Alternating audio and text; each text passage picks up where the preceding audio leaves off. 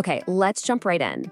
For like a century, we've defined basketball players using 5 simple positions. But what if I told you those positions are now basically meaningless? This is the story of how data didn't just change basketball, it completely reinvented the players on the court, transforming a game of brawlers into a game of bites. To really understand just how much the game has changed, we have to go all the way back to the very beginning. And the beginning, well, according to its own inventor, Dr. James Naismith, it was pure chaos. I mean, his quote about the very first game ever played in 1891 paints a picture of a free-for-all, less of a sport and more of a brawl with the ball. So how on earth do you get from an 18-person riot to the highly skilled game we watch today? Well, that journey starts with a type of player that has, believe it or not, gone completely extinct, the enforcer. For decades, this player was a staple, a non-negotiable part of every competitive team. Their sheer presence defined an entire era of the sport. So what happened to them? Where do they all go? You have to understand, the early NBA was a rough place. As player Johnny Red Kerr put it, fights weren't some rare exception. They were a regular, expected part of the job. This wasn't just physical play. A lot of the time, it was straight-up combat. And in that kind of environment, the enforcer was born. Their role was simple and, yeah, pretty brutal. Protect the team's star players at all costs. If an opponent got a little too rough with your best scorer, the enforcer's job was to deliver a message, often with their elbows, to make sure it never happened again. They were the unofficial police on the court. Their duties were crystal clear: intimidate, protect, and make the other team think twice before even looking at the basket. But today, with all the rule changes, massive fines, and a completely different style of play, that job description is obsolete. The role is just gone. But the enforcer didn't just vanish into thin air. The game itself was fundamentally changing. It was evolving from a contest of brute strength into a beautiful showcase of skill. And this evolution created a whole new kind of problem. The old way of categorizing players into those 5 neat positions, point guard, shooting guard, small forward, power forward, and center, it just started to fall apart. The labels didn't fit anymore. This all happened for 2 big reasons. First, the absolute explosion of the three-point shot completely changed the geometry of the court. And second, a wave of new rules came in that were designed to open up the game, giving skilled players way more freedom and penalizing that old-school physical punishment.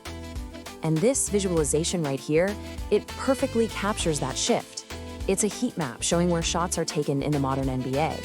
You see those bright red areas? They aren't just huddled under the rim anymore. Look at that massive, glowing arc of activity from beyond the three-point line. This one change stretched defenses thin and put a premium on shooting like never before. So the crucial point is that all the old stereotypes began to break down. As this MIT thesis points out, suddenly you had 7-footers shooting threes. The idea that you had to be a certain size to play a certain way was becoming ancient history. So if the old positions are obsolete, how do we make sense of the modern game? Well, this is where a new hero enters the story: data science. Analytics experts were faced with this exact question. If we can't define a player by point guard or center anymore, how can we possibly understand their real role on the court? So they turned to a machine learning technique called principal component analysis, or PCA. Now, don't let the name scare you. The idea is to sift through mountains of data to find the most important patterns of behavior. Essentially, it creates a unique data fingerprint for every player, based not on their height, but on what they actually do during a game. Yeah, the algorithm might look complicated, but the concept is actually very straightforward. It's just a tool for finding this signal in all the noise, for identifying the core tendencies that truly define a player's style of play.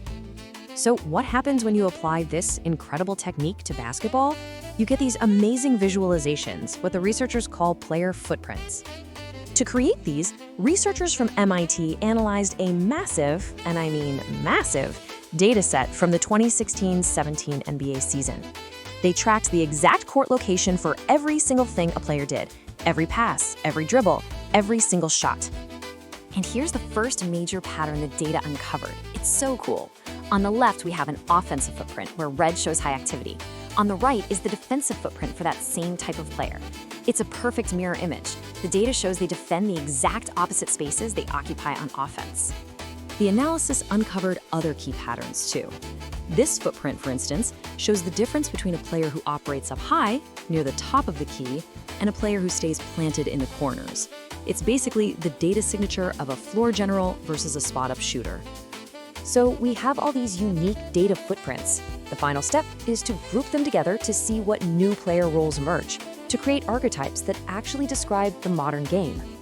Using clustering algorithms, researchers grouped players with similar data fingerprints. So if you moved the same way, shot from the same spots, and passed from the same areas as another player, you all got put into the same bucket. And what they found was fascinating. After analyzing all that data, it turns out there aren't 5 positions in the modern NBA. No, there are 9 distinct player archetypes. And these new roles are defined by skill, not size.